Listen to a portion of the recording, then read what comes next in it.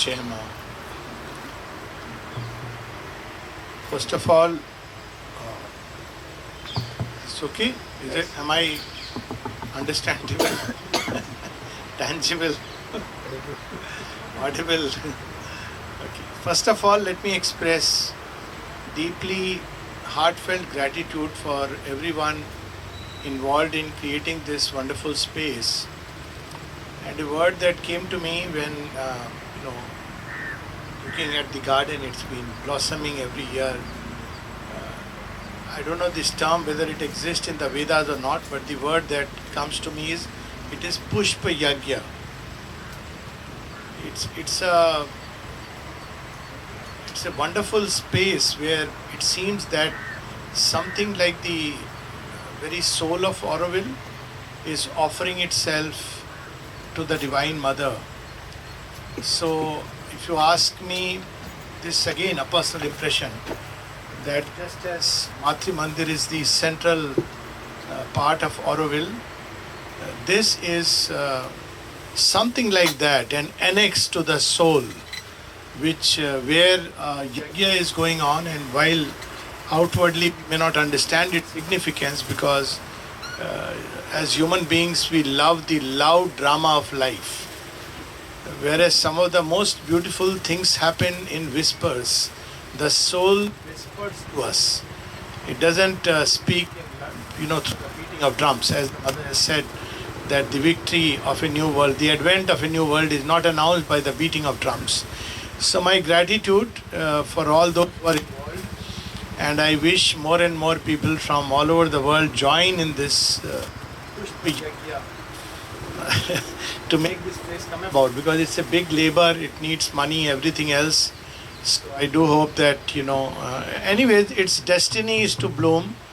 But when we join in this effort, it's so much the good for us. So this is a little expression of gratitude, and then we come to the subject. But again, before even touching upon gratitude as a way of life, because we are just on the, what shall I say, post-eve of Sri Aurobindo's birthday, and the heart feels always full of gratitude towards Sri Aurobindo and the mother for a number of reasons. I mean, I could go on and on, that the fact that we exist, we owe it to them, and I mean it in all earnestness, because of course we all exist. So one would say, why the mother? But what is the meaning of existence if it is meaningless? And before Sri Aurobindo gives us a meaning, we have one of the two choices, or rather humanity had one of the two choices. Either you make pact with an imperfect life, a limited life, and as Omar Khayyam says in one of his poems, make the most of what yet we can, until we too into the dust descend. Dust unto dust, under dust to lie, sans wine, sans song, sans singer, sans end. So that's one kind of scientific materialism approach where, well, we are waves on time sea, and while we are here, let's make the most of it. And the most of it is a personal most. And we know the limits of that, and those who believe that that's the ultimate of life, obviously this space is too vast for that consciousness. On the other hand, there are those who felt distraught with life as it is, and they were looking for a way, and there is an alternative way offered, a door of escape into the beyond, into nirvana, into the silence ineffable, into moksha, into some heaven beyond. But there have always been on earth people, now they are growing in number, who didn't choose either of the options, who were looking for yet another option. See, yeah. So there have been people, I'm sure many of us, at least for me, it was always these two are not options. So what is the other option? We do aspire that this world becomes a beautiful place. Call it terrestrial perfection. Of course, we all have our own idea of what an ideal place is. But that aspiration has never really died since the inception of conscious and thinking man. And for the first time in the entire spiritual history of mankind, mankind has striven to make this world a better place in several ways. But first time we have a definitive answer and a definitive way, which is why I feel we can be eternally grateful to Aurobindo, because otherwise what would life be if one has to choose between these two options? Both seem selfish, both seem limited. And this is one option, that there could be a creation of a new humanity. Call it by whatever names. Names are not important. Superhumanity, divine humanity, Superman. Names are not important because sometimes they may become breeding ground for the ego. Superman, let's see the Superman. But well, a new humanity. A new humanity which is not driven by the ego, which is not driven by selfish desire, motivated only for one's own preservation and aggrandization, but a new humanity, a different humanity, a nobler, wiser, more loving, more caring, more true to itself, more true to life, divine in a sense, whatever way we want to put it, a new humanity. And that's why many of us have come here or have been called here. Now in this new humanity, people often look for what are the signs, where is the new humanity? So it is evolving along two lines. Aurobindo spoke about these two lines of evolution, though semi-humorously, but there is a deep truth in it. There is the usual humanity, I won't use the word ordinary because it's pejorative, but a humanity which is centered around food, shelter, expansion of desire, aggrandization of name, surname, glorification of me and my. That's one humanity. I don't want to give it a name. That's the common lot. But out of this lot, there is a new humanity which is developing, and one can feel it, sense it, know it. And it's developing along two lines, which Aurobindo, as I said, semi-humorously in a letter to Dilip Kumar Roy, remarked that there is a homo intellectualus and a homo psychicus. This is recognizable. Homo intellectualicus is trying through the mind to reach out to what is beyond. It's a good effort. But when the mind starts going higher and higher, it enters into a dizzy vortex of its own mind space, because mind space is a vast space. For every viewpoint, there is a counterpoint. And for every counterpoint, there is a third point. And it goes on moving in circles till it falls silent and it enters into a vast impersonality, Nirguna Brahma, and calls it the ultimate. Mind, that's how it is, but every effort to exceed oneself is beautiful. So, well, that's homo intellectualis, that's one route. But there is another humanity whose voice is not so much heard because they don't make headlines. They don't, they are not called on television shows to discuss, for example, the America-Russia problem. No, it's America-world problem, sorry. So but they are there as the silent humanity, which is actually the force and the strength of the human lot. And this silent humanity is growing beautifully, and it is growing into the depths, Homo psychicus. It feels the truth. It may not be able to express it intellectually. It knows it intuitively. It may not be able to give convincing answers or logical explanations. It has not read Vedanta, it has not read the famous philosophies, not read, Kant and Hegel and Bertrand Russell, but it is there and very beautifully it is emerging. And that's the humanity where there is the blossoming of the psychic life. That's the beauty of the psychic life. It doesn't believe in beating around, but it is there. And I see more and more such humanity. I must say, India is blessed to have this touch of the psychic. And it's so beautiful. Simple folks who have not, if you tell them that, life divine, no. But they understand, they have very direct intuitive perception of life. They know, for example, that transformation is going to be because they have seen the lotus bloom in the pond.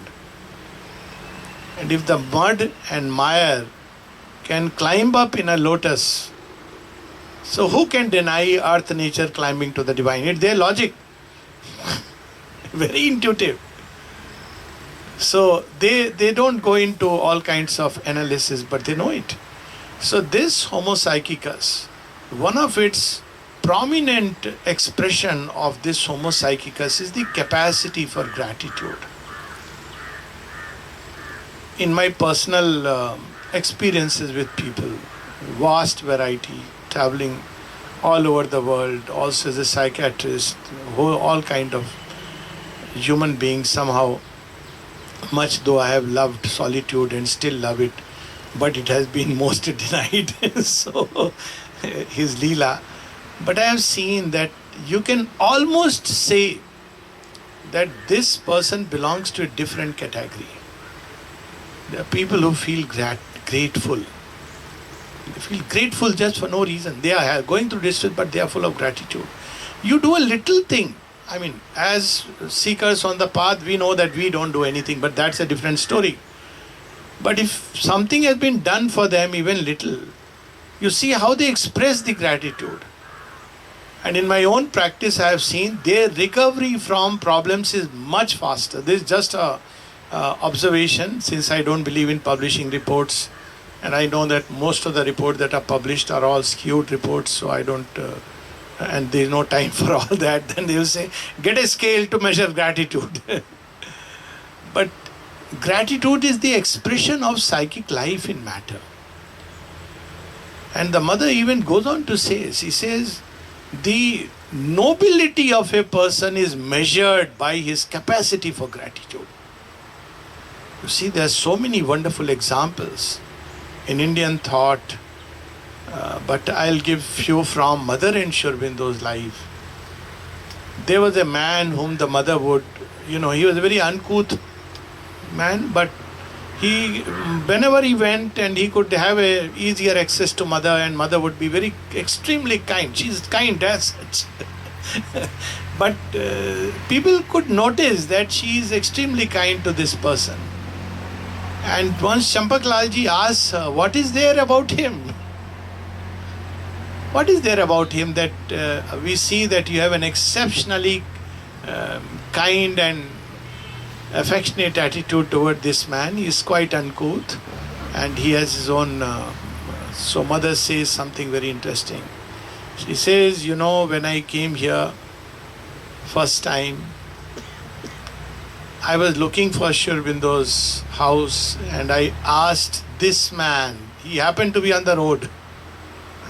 I asked this man, where is Sri Aurobindo's house? Where does Sri Aurobindo live? And he pointed it out to me. He just pointed, not even the road, not the path. He just pointed out, where does Sri Aurobindo live?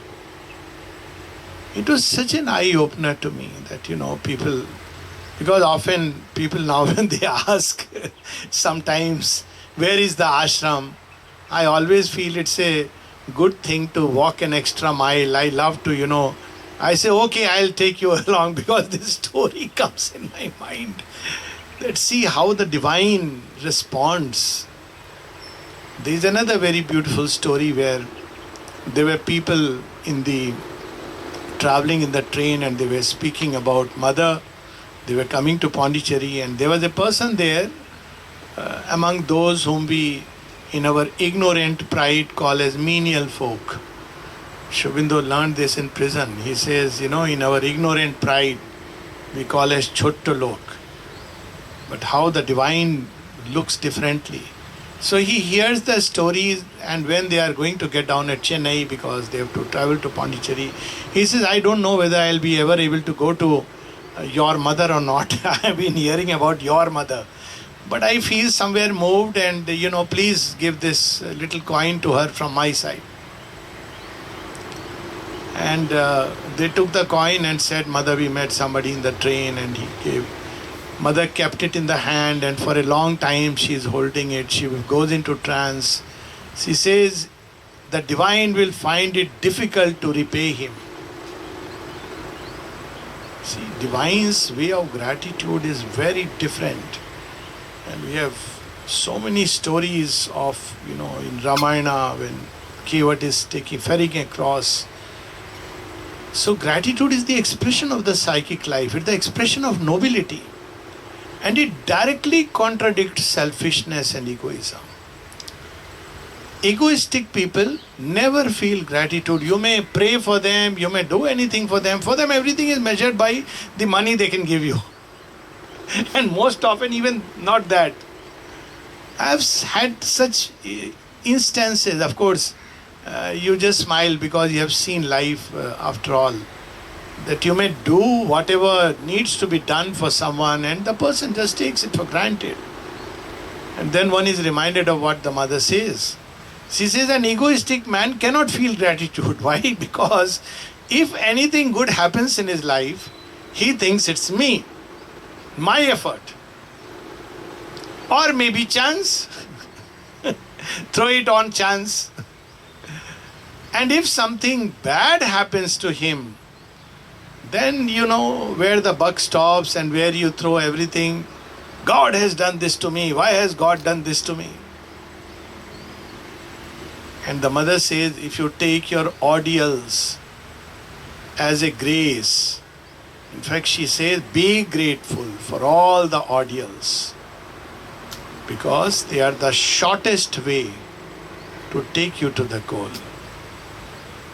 How beautiful it is. And there are so many instances which I know. Be grateful. One of them was Jugalda, who used to teach in late Jugalda, who used to be the registrar in the ashram school knowledge section. So once somebody saw him, almost half limping as if one leg is in pain. And he asked him that, what happened? He said, nothing, it's a corn. Very painful corn. Why don't you go get it operated? Come tomorrow. The person was a doctor. No, don't say this. Why? He says, it reminds me constantly of mother because every time there is a pressure and there is a pain, I say, Ma. You see? So he is happy and grateful that there is a little corn which comes as a reminder to express gratitude. See, this is the measure of a human. It's a very rare quality. Mother speaks of that in her story.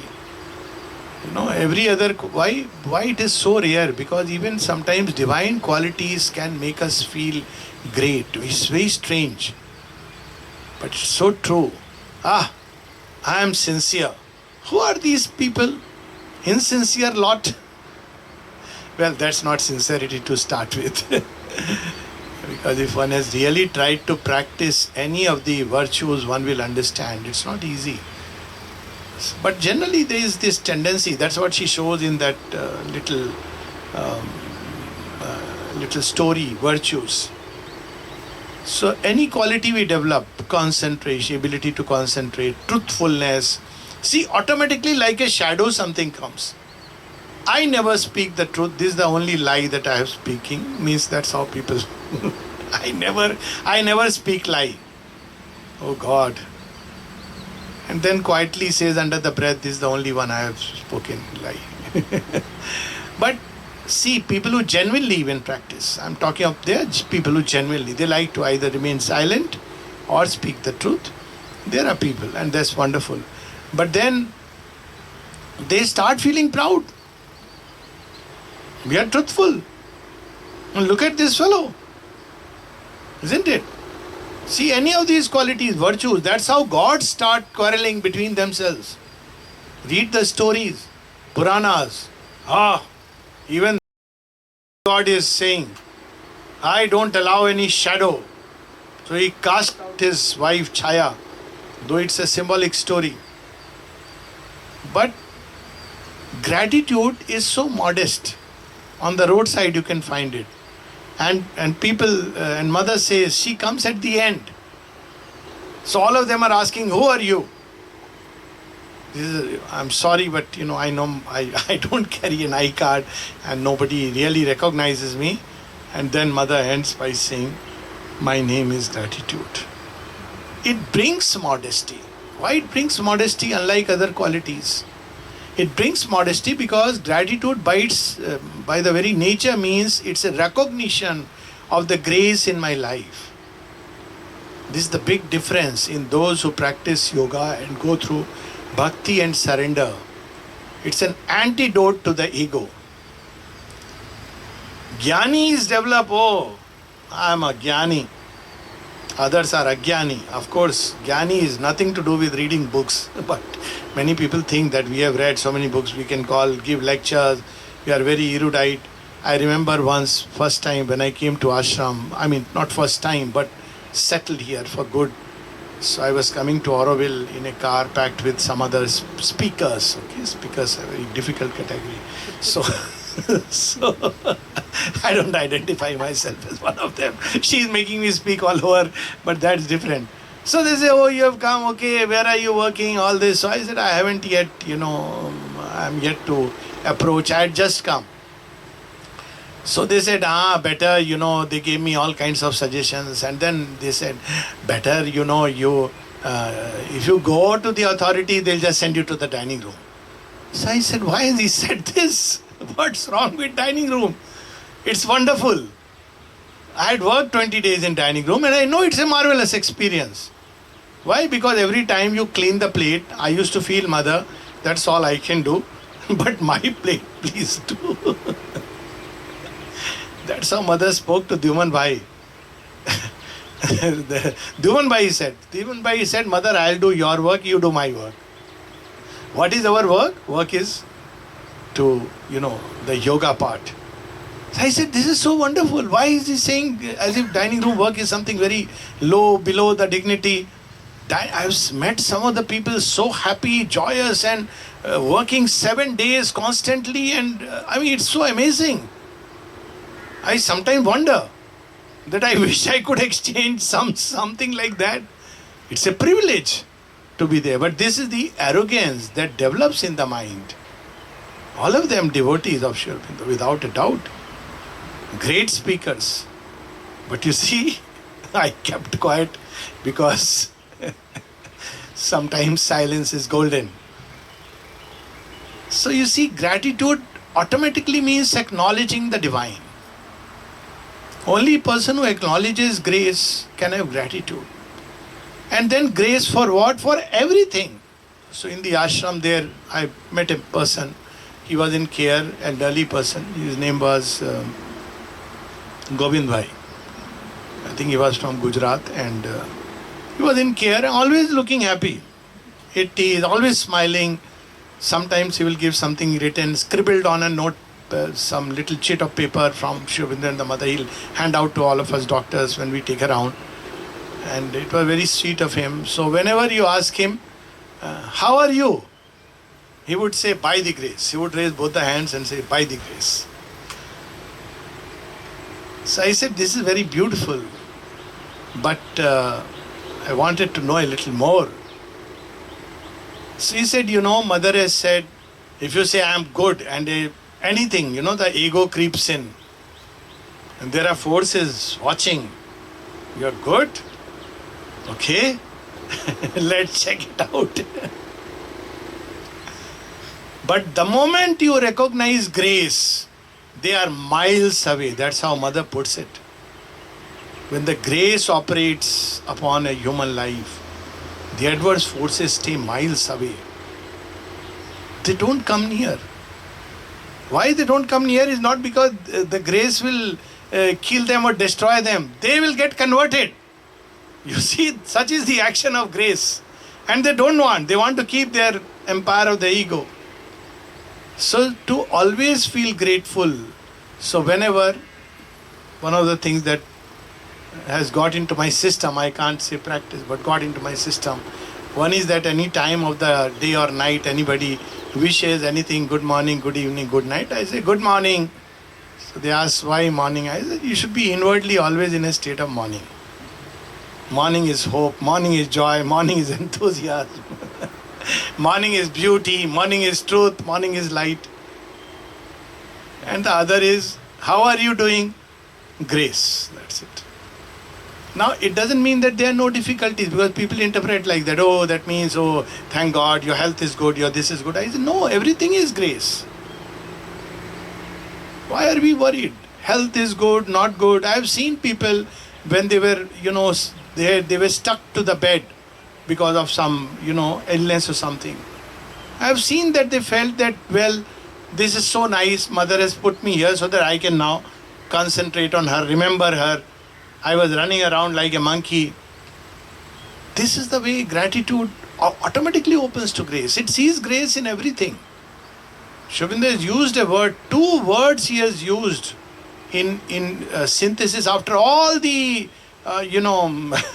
principles of yoga and the foundations. Wonderful book, of course, one of my first books. Beautiful, everything. But if you see in the end, last chapters in Yoga of Integral Perfection, 2 things which he says are important: faith and grace. Faith and the divine Shakti. In the synthesis, it is divine Shakti. And in The Mother, what does he write? There are only 2 things to walk through life armored against all fear, peril and disaster. Look at what a blanket thing. Often people tell me, because I travel a lot. So every time they hear that I am going to the US, they said, my son would tell me, Dad, be careful. He says, you can go anywhere you like. So I said, don't worry. By the grace. So you see, this thing which comes. So she says, armored against all fear, peril and disaster. And I have actually seen it several times in my own life and so many stories. To walk through life armored against all fear, all peril and disaster, only 2 things are needed. 2 that go always together. And the first is, of course, the divine grace. And on your side, something we have to do, because people want, what should we do in this yoga? Teach us some techniques, teach us some method. This is a psychological yoga. Aurobindo has said this several places. It's not done by breath control and mind control. It's not Hatha Yoga and Raj Yoga. Hatha Yoga is body control and breath control. Raj Yoga is breath control and mind control. It is Adhyatma Yoga, which comes at the next level. So on your side, an inner state. It's not something to be shown outside. Made up of faith, sincerity, and surrender. And then when she speaks of faith, this is called Kalyana Shraddha. And this Kalyan Shraddha recognizes the divine in everything, and therefore it is full of gratitude. Is this gratitude where if things are going according to me good, then that is a calculated thing, That's not. So always in Hindi we have these two words, that there is pyar and there is vyapar. Pyar is love and vyapar is business. So with the divine we should not have a transactional relationship. Business. What I have given, what you are giving me, calculation. But to be always full of gratitude. Why? Well, do we need a reason? Today I wake up, well, I have a chance again. Oops, I did it again last night. But today morning I am given a new chance. Look at how beautiful life can be. And as the day proceeds, everything, sometimes I feel very often, even the fact that one is able to breathe, the heart beats, and this in medical school I used to marvel. My God, what a machine, if we want to call it. It starts in the womb. And at least for 75, 80 years, despite doing everything that we can to finish it, the fellow keeps beating. Of course, sometimes he beats us also when we do things, silly things, then it beats very fast and he's giving us a beating reminder. But look at it. I mean, just to imagine that such a life has been given to us, which can be wonderful. Just the gift of life, the greatest gift. Some people form a very pessimistic idea about life. Oh, it's a hell, it's a suffering. There are philosophies built upon it, that life is full of suffering. And people preach it. So I ask them sometimes, okay, imagine Yamaraj writes to you today, my child, life is full of suffering. Call me, I'll come. Relieve you of it. We make a gospel of, yes, suffering is there. What's there? It's part of the process.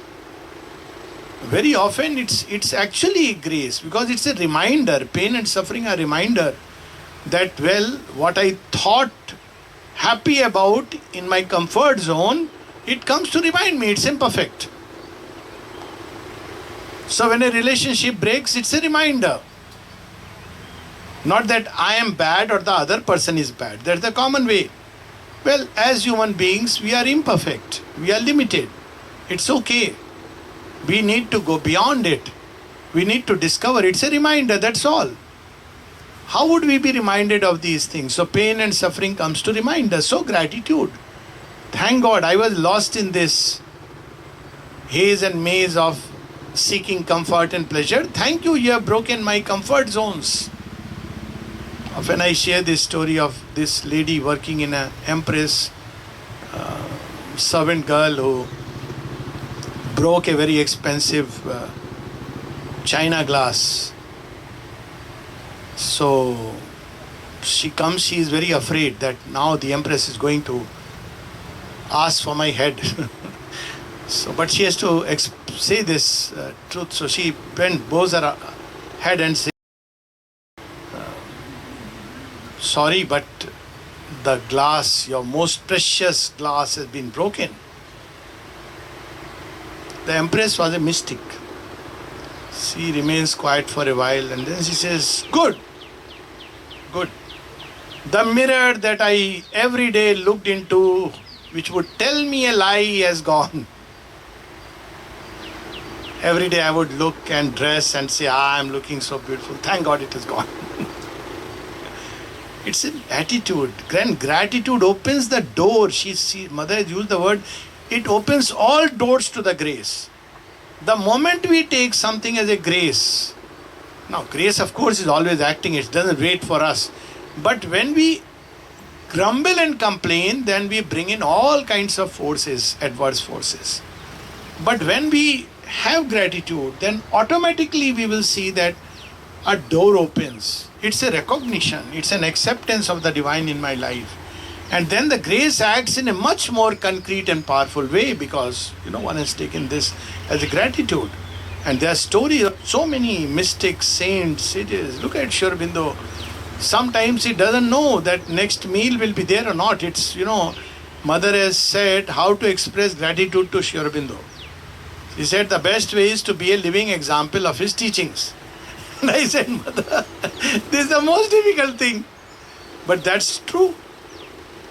And what an example he has set. He doesn't know next meal will be provided or not, because there is no money. And he's not alone. There are 3-4 more around. They are happy. Somehow they know something will happen.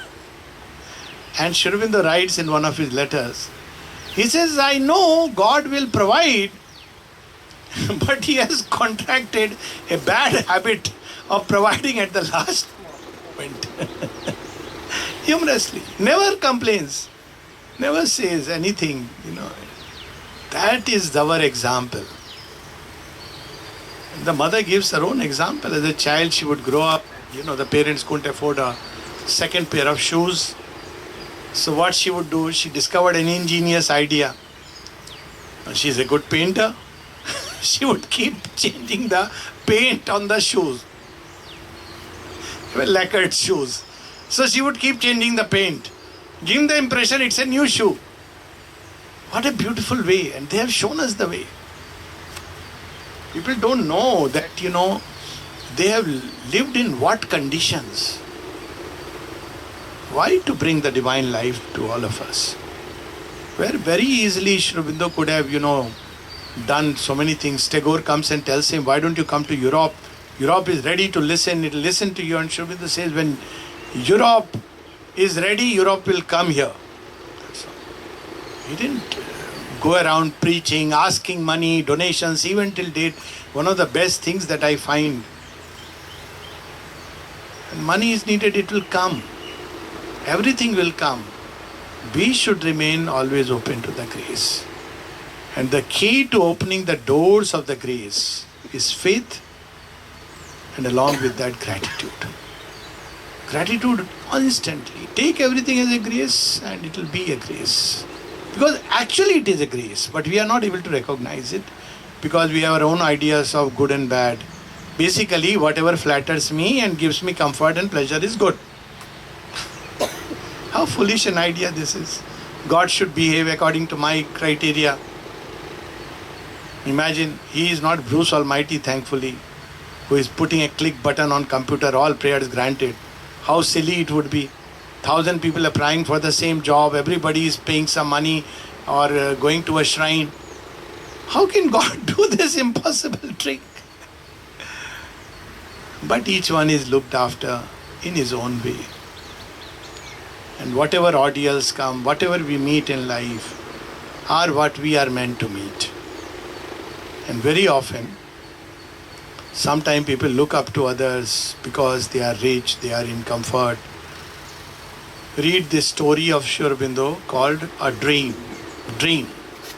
It's originally in Bengali, Swapna, but fortunately English translation is available. And then you see, we look up, we think, oh, see, God is specially kind on them. But if you meet, you interact, you discover what a hollow life it can be. Hollow and shallow.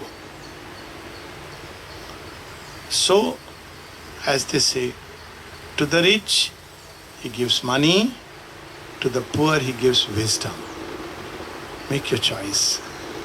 Of course, if the rich understand that this money is a gift of the grace, they should use it for the right purpose, then yes, even for them, the outer wealth and the inner wealth, that makes something very beautiful because you become a very powerful instrument of the divine. So be full of gratitude. That's what all of us.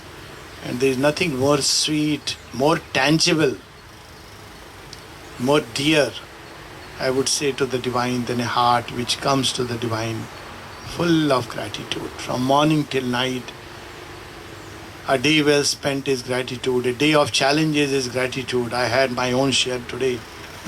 I learned something. I made a mistake. No, sometimes 3-4 mistakes. Sometimes very quickly in a row. You lost your temper here and you say, oh, no, no, and then you lost again. And then by the time you are with the third person, surely you are trying to check and you lost it. But then, thank you for making me conscious. I've learned that still that bug is inside which switches on anger inside. Mother, thank you for making me conscious. Remove it with a surgeon's scalpel. So whole day, so many things become conscious of. And then at night, again, so many things happen, and if one has lived a day in the service of the divine in whatever way, obviously it is so satisfying, so gratifying. And the fact that one is never alone, when one sleeps, Mother is there, watching over us. One last little story. We've taken the relics of Aurobindo to Lodi in California. So I remember because relics are kept for a day and then they are installed the next day. I was involved in it and one of the speakers. So I still remember that whole night. I was so happy inside that, why? Because Aurobindo is here. Of course, he's everywhere. Now, this is a, technical argument. I'm not going into it. He is everywhere, but when it materially manifests, there is a difference. Well, we love, the person whom we love is always with us, but at the same time, when you look at a photograph in your purse, it gives a greater joy. And when you meet, the joy is tripled. So they don't cancel each other. That Aurobindo being within and everywhere doesn't mean that outwardly you don't get a joy. That is silly, because we are total beings. So next day I was just sharing this. I said, just to live with this thought that when I sleep in the city, Aurobindo is watching over us, keeping a watch. That is something which I used to feel and still feel in the ashram atmosphere, that, Aurobindo is awake while I sleep. There is a line from one of his poems, To R, on her birthday, where Aurobindo writes precisely this: fear not, rejoice, fear not for the waves that swell, storms that thunder, winds that sweep. Always our captain holds the rudder well. He does not sleep. That's how the Upanishad puts it. That he who is awake when the world is asleep. Nityo nityanam chetanas chetananam. So, just to know that the divine exists, just to know that he is the one who never sleeps.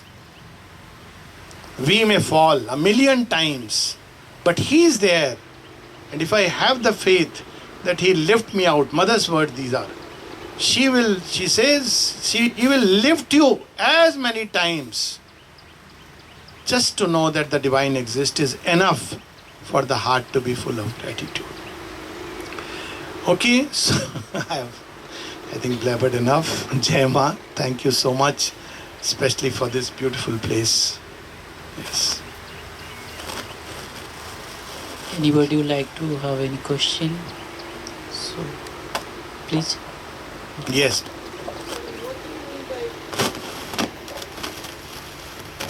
What do you mean by Pushpa Yoga? Push for yoga? The first words you used was Pushpa Pushpa Yagya. Okay. What do I mean by Pushpa Yagya? So I am deriving this term from, there is a word in Ayurveda, very few people know it. It's called Pushpa Ayurveda. So what is, when you apply flowers for medicinal purposes. And since I have used this word Pushpa Ayurveda, I have my own understanding. I have not gone into its technicalities. I feel people take out essence and all this. This is a complicated process. Keep a flower near you, it helps heal. This is my own experience. Flowers heal. They are living conscious representations. We don't need to even crush and take, essence. So this idea of carrying flowers is something so beautiful. They have a healing power just as they are. Now, what are flowers? Mother has said they are offering, they are psychic, they represent the psychic. They are offering of the vegetal kingdom to the divine. They are already engaged in yajna. What is yajna? We offer to the divine. So when we offer to the divine something, it becomes yajna. So what does yajna do? It lifts and purifies. That's what a yajna, the fire. So flowers are anyways offering themselves to the divine. Now when we are engaged in tending the flowers, not with the idea of, making money or, people praising me, etc., etc. But just simply, they are offering themselves to the divine. Let me connect with them. Then what happens? With this aspiration, what is the aspiration? That with these flowers, my aspiration is also rising to the divine. See, that's how Mother speaks of cherry blossom tree. And this is an experience one can have. And she speaks about this experience also, that if you sit by the side of a tree early morning, this is something which I know for sure, evening by direct experience, you can actually feel the aspiration of the tree rising up. It connects with your aspiration, because we are not separate entities. We may believe we are separate. We have, as Mother says humorously, man has convinced himself to believe he is separate. That's okay, but when you are with the flowers and connected with them, of course, as I said, it's not for just impressing, or you need money, okay, but it's not for, with the idea of making money, but just to create beauty and joy, which is what they do. It is a yajna. So yajna is not about just lighting up a fire. That is hardly a yajna. That's mostly a ritual. It's all those who are engaged here in this tending of this garden, especially because nobody much speaks about it. And let me tell you one thing. While it's okay, since we talk about arranging, there is a great beauty and joy in its own natural way of coming up.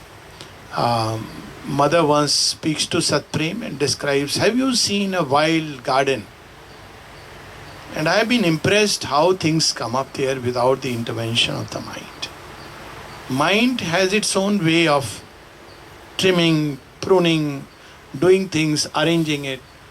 Okay, well, mind is like that. But nature works very organically. We don't understand her ways because it's not according to the mental ideas. There's a great beauty in that. A beauty that there is a wholeness. So anyway, that's my way of looking at it. There is a wholeness. I walked into, I can give an example. As a child, I used to walk. There was a garden where we used to go as children to pluck flowers for my father to do puja, parents. So I used to walk through that garden. I've seen that. And I've seen the Mughal garden in Delhi. And there is a world of difference. This garden was rejuvenating. Nobody had made this garden. But it was there. I'm sure all of us have had this experience. But the Mughal garden is made. It's something artificial. So while mind is there, that's a different. But everybody engaged in this. It's a yajna going on. That's the feeling. When I come here, I actually feel that all these flowers are kind of aspiring to the mother, and that's what creates a beautiful atmosphere. Because in return, what comes from the divine is the divine atmosphere, divine grace, divine solicitude. So that's why it is a yajna. Yajna has almost nothing to do. Well, people will get very annoyed. Very little to do with lighting a fire and putting things and chanting mantras. Okay? Well, little to do. People get very annoyed. Strict ritualists. How dare you say that? But this is the truth. If you can't feel it, then yes, okay. If you don't feel the inner fire, then okay, light one outside at least. Something we will do. If you don't have the divine presence inside, then okay, fine. Something outside is okay. But the real temple is here and the yajna is here. And this does not contradict outside. When you experience the mother's presence here, this adds to the joy. That's the beauty, when the inner and the outer meet. But the inner is first. Okay, so I think thank you so much, Jai Ma.